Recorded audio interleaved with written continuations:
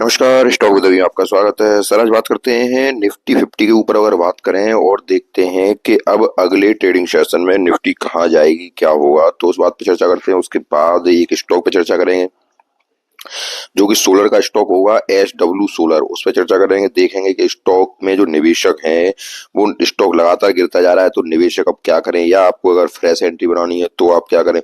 तो सारी बातों में चर्चा करेंगे। सबसे पहले देखते हैं निफ्टी 50 को। तो कल के ट्रेडिंग सेशन में निफ्टी ने फिर 50 अंकों की लगभग गिरावट के साथ निफ्टी क्लोज हुई 24,148 पे। ठीक है सर। अब यहाँ से आप देखिए, निफ्टी में जब तक तेजी की संभावना तब तक नजर नहीं आती जब तक कि इस ट्रेंड लाइन के ऊपर निफ्टी नहीं निकलेगी। जब इस ट्रेंड लाइन के ऊपर निकलेगी तो वो यहाँ क्या होगा, क्योंकि पिछले बार भी, जब पिछले ये वनडे का चार्ट है, पिछले अगर दिन ट्रेडिंग सेशन में अगर देखा जाए, पिछले अगर ट्रेडिंग सेशन में भी देखा जाए तो निफ्टी आपकी इस ट्रेंड लाइन को देखो टच करके ही नीचे आई। इसको टच किया 24,482 को, लेकिन वहां पे सस्टेन नहीं हो पाया। जब तक वहां पे सस्टेन नहीं होगा तब तक इसमें कोई भी तेजी मुझे नजर नहीं आ रही। निफ्टी का जो मूवमेंट है तब तक नेगेटिव ही बना हुआ है।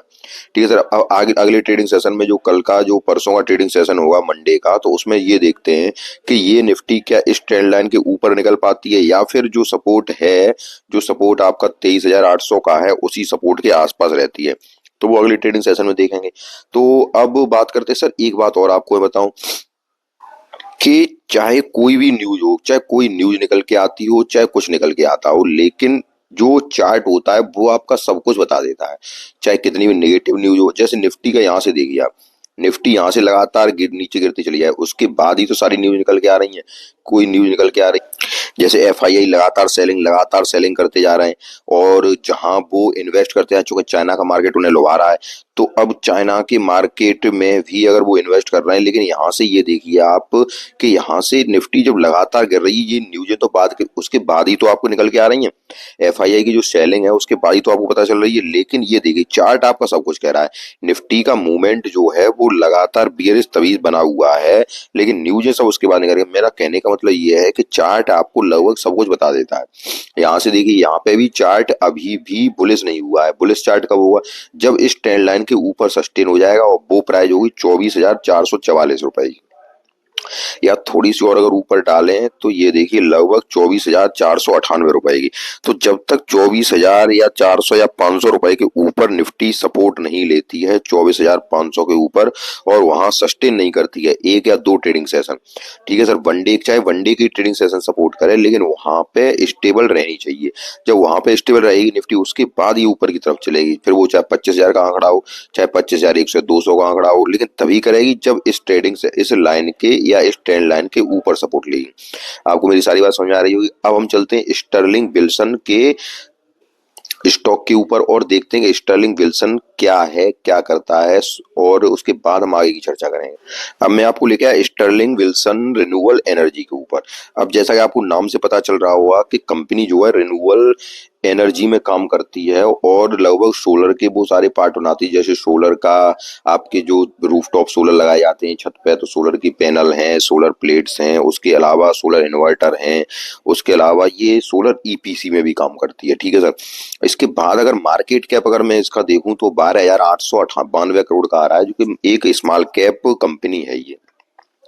उसके बाद इसको मैं आपको इसकी कंपनी की वेबसाइट पे भी ले जाऊंगा, और इसके ऑर्डर बुक भी दिखाऊंगा, सारा कुछ दिखाने का प्रयास करूंगा, लेकिन उस और रिजल्ट भी दिखाऊंगा। उससे पहले थोड़ी एक दो बातें जानते हैं इसमें।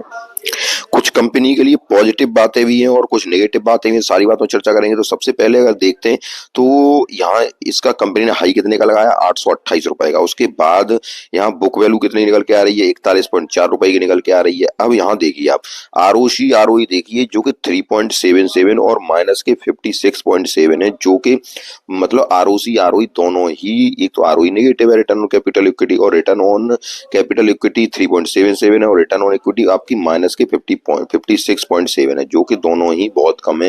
मतलब हम कंपनी को नेगलेक्ट कर सकते हैं। लेकिन लेकिन लेकिन अब अगर मैं आपको बताऊं तो यहाँ देखिए, अब थोड़ा अब यहाँ देखें तो कंपनी का पेट्रोस की स्कोर जो है वो 7 का निकल के आ रहा है, जो कि 7 का पेट्रोस की स्कोर बहुत ही अच्छा माना जाता है। तो कंपनी का पेट्रोस की स्कोर सही है। उसके बाद चूंकि कंपनी के मतलब एक 9 पॉइंट होते हैं, किसी भी कंपनी को जज पेट्रोस की स्कोर से ऐसे कर लिया जाता है कि जो 9 पॉइंट होते हैं, 9 में से कंपनी कितने नंबर मिल रहा है, 7 नंबर मिल रहा है, तो 7/9, जो कि मतलब बहुत ही किसी मार्क्स अगर आप किसी परीक्षा में बैठते हैं और आपको 9 में से 7 नंबर मिलते हैं तो बहुत ही अच्छे माने जाते हैं। ठीक है सर। उसके बाद अगर मैं आपसे बात करूं तो डेब्ट टू इक्विटी कर्जा जो कंपनी के पास है, कर्जा भी कम कम 0.94 का कर्जा भी है कंपनी के पास। उसके बाद अगर देखें यहाँ पे तो आप प्लेज परसेंटेज देखिए, प्लेज परसेंटेज भी 27.2 की है, जो कि बहुत ही ज्यादा है। 27% इसके शेयर प्लेज्ड हैं सर, तो प्लेज परसेंटेज भी ज्यादा है। अब ये तो सारी इसकी जो नेगेटिव बातें हैं वो निकल के आ रही हैं। अब मैं इसके आपको पॉजिटिव बातों की तरफ ले चलूंगा, उसको देखते हैं। अब आते हैं हम इसके रिजल्ट के ऊपर। तो रिजल्ट पे देखें तो सितंबर का रिजल्ट देखिए आप। सितंबर में सेल्स जो थी जून के क्वार्टर में 9 से 15 करोड़ थी, और इस बार सेल्स हुई है 1030 करोड़ की। ठीक है सर। एक्सपेंस देखें तो एक्सपेंस उसी के अनुसार बढ़ा है, सेल्स बढ़ी है तो एक्सपेंस भी बढ़ा है। लेकिन अगर नीचे आके थोड़ा देखें तो अब देखिए ऑपरेटिंग प्रॉफिट मार्जिन थोड़ा कम हुआ है, क्योंकि पहले ऑपरेटिंग प्रॉफिट मार्जिन कितना था, 2.70 था, इस बार 1.76 रह गया। ऑपरेटिंग प्रॉफिट मार्जिन कम हुआ, सेल्स बढ़ी लेकिन मार्जिन कम हुआ। ठीक है सर। उसके बाद अगर हम देखें तो ये देखिए आप नेट प्रॉफिट देखिए इधर। तो नेट प्रॉफिट पहले 4.83 करोड़ का हुआ करता था, इस बार नेट प्रॉफिट 8.57 करोड़ रुपए का हुआ। तो इसका मतलब क्या हुआ, कंपनी में लगातार ग्रोथ जारी है, कंपनी अच्छा प्रदर्शन कर रही है। क्वार्टरली क्वार्टरली रिजल्ट काफी अच्छा प्रदर्शित किया है कंपनी ने। पहले ईपीएस कितना था, 0.18 का ईपीएस था, इस बार ईपीएस 0.30 का हो गया है। ठीक है सर। अब मैं आपको थोड़ी कंपनी की वेबसाइट पे और ले चलता हूँ, जहां इसने अपने प्लान जो है, प्लान के बारे में बताया, वहां पे भी ले चलता हूँ, थोड़ा वहां दिखाने का और प्रयास करता हूँ आपको। अब हम कंपनी ने अपनी एनुअल रिपोर्ट जो पेश की है उसमें थोड़ा सा मैं आपको बताने का प्रयास करूं कि यहाँ देखिए आप, इसमें कंपनी ने लगभग एनुअल, आप एक बात और आपको बता रहा हूँ, जब भी आप किसी कंपनी में निवेश करें, या निवेश आप पहले से हैं, या आप निवेश करने का प्लान बना रहे हैं, तो उस कंपनी के बारे जहां तक हो सके वहां तक लगभग पूरी जानकारी लेने का प्रयास करें। सर मैं अपने आप में मैं आपसे कहूं कि मैं आपको इस वीडियो के माध्यम से पूरी जानकारी दे दूंगा। सर मैं पूरी जानकारी देने का प्रयास करूंगा, लेकिन तब भी सर हर व्यक्ति अपने आप में इंडिविजुअल होता है। आप हो सकता है मुझसे कुछ अंदर अगर पकड़े तो कुछ और बारीक पकड़ लें उसके बारे में, या कोई और ऐसी जानकारी पकड़ लें जो कि मैं आपको न बता पाया हूँ। तो मेरा कहने का मतलब ये है कि जब भी आप किसी कंपनी इन्वेस्ट करें तो उस कंपनी की वेबसाइट पे जाएं, गूगल पे जाएं, सबसे पहले पता करें कंपनी करती क्या है, आगे का बिजनेस मॉडल क्या है, कंपनी आगे और जिस जिस क्षेत्र में कंपनी काम कर रही है उस क्षेत्र में कैसी संभावना है। तो सारा कुछ आप एक बार देखने का प्रयास जरूर करें। आपको नहीं आता है, जैसे आपको मान लो चार्ट नहीं आता है, तब भी चार्ट को रोज देखें। जब आप रोज चार्ट देखें तो आपको कुछ समझ में आएगा कि चार्ट किधर जा रहा है, कैसे बन रहा है, क्या हो रहा है।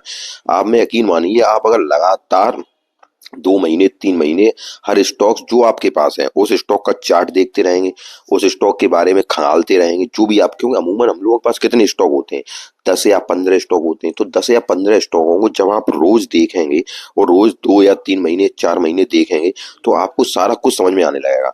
और यकीन मानिए आपको फिर किसी इसकी मदद नहीं पड़ेगी कि लाओ हम किसी से पूछ लें कि अब की स्टॉक ऊपर जाएगा कि नहीं जाएगा। तो मेरी बात आपको समझ में आ रही होगी। जब भी अब आप पैसे खर्च करें, सर पैसा बहुत मेहनत से कमता है, और पैसा कमाना बहुत कठिन होता है, गंवाना बहुत आसान होता है। तो जब भी आप किसी स्टॉक में निवेश करें तो पूरी जांच पड़ताल करें, जितना आपके स्तर से हो सके सब कुछ देखने का प्रयास करें। अब थोड़ा हम इसको अगर देखें तो इसमें थोड़ा और बताने का प्रयास करूं मैं। ये देखिए आप, देखो यहाँ लगभग सारा कुछ बताने का प्रयास किया गया है कि लगभग 28 कंट्रीज में ये कंपनी की, देखो ये ऑफिसेज वगैरह हैं, प्रोजेक्ट्स हैं, 20 कंट्री में प्रोजेक्ट हैं, सारा कुछ दिया गया है। उसके बाद थोड़ा सा ये यहाँ आगे देखते हैं, अगर इस पे इसको आप थोड़ा निकाल के आप भी पढ़ सकते हैं सर। इसको मैं थोड़ा सा आगे दिखाऊं, ये देखिए अब आप यहाँ पे देखिए, ये देखिए यहाँ पे सर रेवेन्यू देखिए, रेवेन्यू जो है फरवरी 2024 में, ये देखिए रेवेन्यू बढ़ा है कंपनी का। ठीक है सर। उसके बाद अगर यहाँ अगर मैं आपको दिखाऊं थोड़ा सा, दूसरी बात मैं बताऊं, ये देखिए इसका ईबिटदा जो है वो भी बढ़ रहा है। फरवरी 2024 का देखिए, ये देखिए 53.68, ये भी इसका बढ़ रहा है। ईबिटदा क्या होता है? ईबिटदा होता है सर, ईबिटदा होता है कि interest before earning before interest taxes depreciation and amortisation, ये कुछ होता है। तो ये ईबिटदा के द्वारा पता करते हैं। उसके बाद इसमें से अगर हम इंटरेस्ट निकाल दें, टैक्स निकाल दें, डेप्रिसिएशन निकाल दें, एमोर्टाइजेशन निकाल दें, ये सारा कुछ निकालने के बाद उसकी जो नेट इनकम वगैरह आ जाती है, कितना प्रॉफिट हो रहा है, वो सारा कुछ आ जाता है। तो ये देखिए ईबिटदा मार्जिन इसका बढ़ रहा है सब, 53.68 हुआ है। यहाँ से अगर थोड़ा सा मैं और दिखाने का प्रयास करूँ आपको, अब थोड़ा सा ये देखिए, ऑर्डर जो कंपनी के पास है, ऑर्डर लगातार बढ़ रहे हैं। ये देखिए आप, फरवरी 2022 में 719 करोड़ के ऑर्डर, इस बार 6023 करोड़ के ऑर्डर हैं कंपनी के पास। इंप्रूविंग ऑर्डर इनफ्लो, ऑर्डर में जो इनफ्लो आ रहा है, ये देखिए ऑर्डर लगातार बढ़ रहे हैं, मतलब कंपनी के पास ऑर्डर भरमार है। ठीक है सर, कंपनी के पास ऑर्डर बुक अच्छी है। तो ये मैंने आपको दिखाने का क्यों प्रयास किया, ये मैं आपको बताना चाह रहा था कि देखो कंपनी के पास ऑर्डर बुक अच्छी है, उनका ग्रोथ प्लान अच्छा है, और भी सारा कुछ आपको अगर यहाँ पढ़ना हो तो सारा कुछ इसमें डिटेल दिया हुआ है। आप डिटेल से पढ़ सकते हैं, क्योंकि आपको कंपनी इन्वेस्ट करना है सर, पैसा आपका है, तो एक बार इस पे भी आप निगाह डालिए। तो वैसे मैंने काफी कुछ बताने का प्रयास किया आपको कि ऑर्डर बुक कंपनी के पास अच्छी है, उसके बाद ईबिटदा मार्जिन बढ़ रहा है कंपनी का, और इस बार के रिजल्ट तो अच्छे आए ही हैं। ठीक है सर, पिछला कंपनी के साथ अभी पिछले जो थे, पिछले क्या था, क्यों कमी आ रही थी इसके, इसका जो ग्राफ था लगातार गिरता जा रहा था, या चार्ट पैटर्न का लगातार नीचे आ रहा था, या हम कहेंगे शेयर की प्राइस लगातार गिरती जा रही थी। तो उसका कारण था, थोड़ा हम प्रमोटर की हिस्सेदारी पे भी देखते हैं, वहां थोड़ा बताने का प्रयास करूं मैं आपको। इसके बाद में आपको थोड़ा बताऊं कि ये देखिए कंपनी में लगातार गिरावट का कारण था कि प्रमोटर की जो, प्रमोटर 69, 72, लगातार प्रमोटर की संख्या कम होती जा रही थी। लेकिन यहाँ देखिए इस बार भी प्रमोटर की संख्या कम हुई है। ठीक है सर, फिर 45% ही प्रमोटर रहे। लेकिन क्या हुआ है कि जून के इस बार के क्वार्टर में एफआईआई ने अपना माल बढ़ाया है, डीआईआई ने माल बढ़ाया है, और पब्लिक की तो आप पूछिए मत, पब्लिक को तो जहां छोटा शेयर में तो पब्लिक तो मार बढ़ा ही लेगी, प्रमोटर माल हटाएंगे तो पब्लिक तो मार बढ़ा ही लेगी। ठीक है सर, तो मैं पब्लिक की या उसकी नहीं कह रहा हूँ, मैं केवल ये दो बातें बता रहा हूँ आपको कि डीआईआई ने माल बढ़ाया, एफआईआई ने माल बढ़ाया, प्रमोटर ने माल हल्का किया। तो कंपनी के जो शेयर की प्राइस जो लगातार गिरता जा रहा है, उसका कारण ये भी है कि ये लगातार जो प्रमोटर हैं लगातार अपना माल हटाते चले आ रहे हैं सर। इस वजह से भी कंपनी के शेयर प्राइस लगातार घटते चले आए, क्योंकि लगातार प्रमोटरों का अपनी कंपनी पे विश्वास नहीं रहा। अब हम थोड़ा इसके चार्ट की तरफ चलते हैं। मैंने लगभग सारा कुछ आपको बताने का प्रयास किया, कंपनी के पास थोड़ी जो नेगेटिव बातें हैं वो ही मैंने आपको बताने का प्रयास किया, लेकिन जो पॉजिटिव हैं वो ही बताने का प्रयास किया, सारा कुछ बताने का प्रयास किया। लेकिन अब हम चलते हैं चार्ट के ऊपर, उसके बाद फाइनल कंक्लूजन पहुंचेंगे कि हम फाइनल क्या करेंगे उसमें, वो आपको बताएंगे। ठीक है सर, तो अब हम चलते हैं इसके चार्ट की तरफ।